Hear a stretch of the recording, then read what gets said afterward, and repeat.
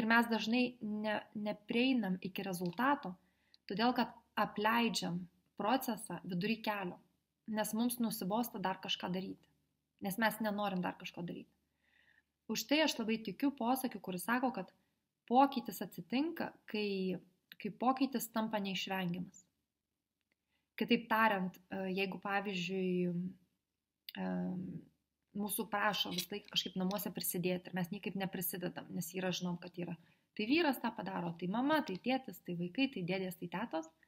Ir jeigu staiga įvyktų kažkokia katastrofa ir tie žmonės žūtų ir mes liktume tikrai tik vieni, tikėtina, kadangi pokytis būtų neišvengiamas, nes būtų arba aš pats pradedu rūpintis ir iš kur maisto gauti, ir kaip namus ten pasišildyti ir panašiai, arba aš mirštu, tada pokytis tampa neišvengiamas, pokytis tampa būtinas. Ir tada šimuose